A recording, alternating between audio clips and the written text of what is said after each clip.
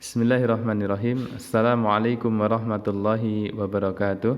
Alhamdulillah wassalatu wassalamu ala Rasulillah la haula wala quwata illa billah amma ba'd. Para santriku semuanya, kelas 1 yang saya cintai karena Allah Subhanahu wa taala. Kita lanjutkan pelajaran shorof kita. Pada hari ini kita masuk pada halaman yang ke-7. Silahkan dibuka buku paket antum halaman 7. Sebagaimana kita sampaikan pada pertemuan yang kemarin, ya, tasrif istilahi fi'il sulasi mujarrad itu ada 6 bab. Adapun wazan-wazannya kemarin Ustadz sudah sampaikan dan semoga antum sudah pada hafal, ya. Bab yang pertama wazannya fa'ala yaf'ulu, bab kedua wazannya fa'ala yaf'ilu, bab ketiga fa'ala yaf'alu sampai dengan bab yang ke-6. Maka pada hari ini kita akan masuk kepada bab yang pertama. Al-babul awwalu, bab yang pertama. Fa'ala yaf'ulu, wazannya adalah fa'ala yaf'ulu. Coba diperhatikan ainnya, ya. Fa'ala yaf'ulu. Nah, sebelum kita mentasrif wazan fa'ala yaf'ulu, ya, di sini ada bagan, ya, untuk memahaminya di sini akan saya sampaikan kepada antum semuanya. Nah, di sini ini ada fi'il madhi, al-fi'lul mudhari, ada isim masdar, dan sampai belakang di sini ada isim alat. Nah, ini maksudnya bagaimana? Baiklah, sebelum kita masuk kepada bagian ini perlu Ustadz sampaikan kepada antum semuanya, ya. Silakan disimak. Pelajaran kita adalah pelajaran shorof. Ingat apa yang dimaksud dengan shorof? Shorof adalah ilmu yang mempelajari tentang perubahan satu bentuk kata menjadi beberapa bentuk kata dengan tujuan untuk menghasilkan beberapa makna. Jadi di dalam shorof ini yang dipelajari adalah perubahan bentuk satu kata menjadi bentuk kata yang lainnya.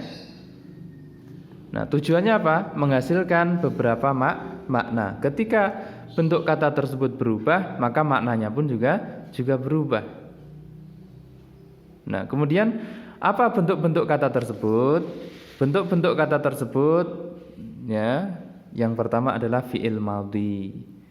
Fi'il madhi yaitu kata kerja yang menunjukkan waktu lampau. Kemudian saya jelaskan peristiwanya terjadi sebelum waktu diucapkan. Contohnya, makanya di dalam terjemahnya itu biasanya diartikan telah membaca, telah pergi. Nah, telah berarti kapan dia membaca? Sebelum kita mengucapkan. Telah pergi, kapan dia pergi? Sebelum kita mengucapkan. Atau simpelnya sering disebut dengan kata kerja yang menunjukkan waktu lampau. Kemudian yang berikutnya adalah fi'il mudhari. Fi'il mudhari yaitu kata kerja yang menunjukkan waktu sekarang atau akan datang. Nah, peristiwanya terjadi saat kita mengucapkan atau setelah kita mengucapkan. Berikutnya ada isim masdar. Apa isim masdar? Isim masdar itu adalah suatu kata yang tidak ada hubungannya dengan waktu, baik waktu lampau, waktu sekarang atau yang akan datang, enggak berpengaruh terhadap kata tersebut. Ini disebut isim masdar. Berikutnya isim fa'il. Isim fa'il yaitu kata benda yang menunjukkan pelaku suatu perbuatan, atau dalam istilah bahasa Indonesia yaitu subjek, ya. Kalau perbuatannya menulis berarti dia penulis, seperti itu. Kemudian ada isim maf'ul. Isim maf'ul yaitu kata benda yang menunjukkan sesuatu yang dikenai pekerjaan.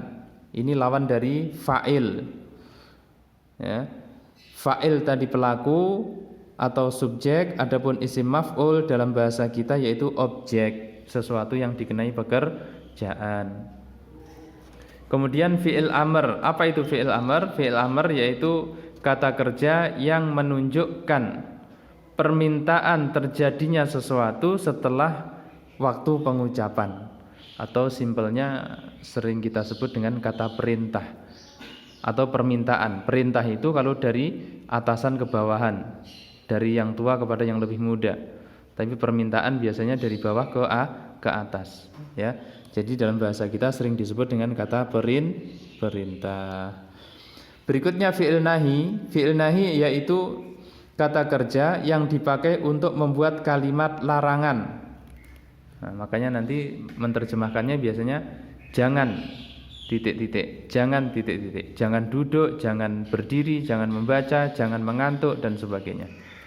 Berikutnya adalah isim dzaraf. Nah, isim dzaraf ini mencakup dua isim. Yang pertama isim zaman, yang kedua isim makan. Isim zaman ini kata benda yang menunjukkan waktu terjadinya suatu perbuatan. Ya, ini isim zaman. Kemudian isim makan yaitu kata benda yang menunjukkan tempat terjadinya suatu perbuatan. Nah, dua ini disebut dengan dzaraf, ya. Jadi kata benda yang menunjukkan waktu atau menunjukkan tempat. Makanya nanti di bagan itu isim zaman dan isim makan itu nanti dibuat di dalam satu kolom gitu ya. Karena nanti wazannya, timbangannya itu sama. Kemudian yang terakhir isim alat. Isim alat yaitu kata benda yang menunjukkan alat yang digunakan untuk melakukan suatu pekerjaan. Satu contoh ya. Fataha artinya telah membuka. Nah, alat untuk membuka disebut miftahun. Miftahun kalau bahasa kita adalah kunci. Kurang lebih seperti itu penjelasan dari bentuk-bentuk kata yang mana tertulis di dalam bagan yang akan kita pelajari tadi. Jadi ketika di sini tertulis al-fi'lul madhi, maka antum paham, oh fi'il madhi ini kata kerja yang menunjukkan waktu lampau.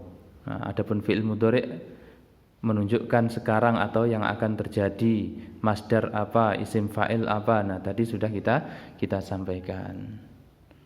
Nah, insyaallah untuk penjelasan yang tadi, pengertian istilah-istilah nanti akan kita kirimkan dalam bentuk file, bisa kalian salin.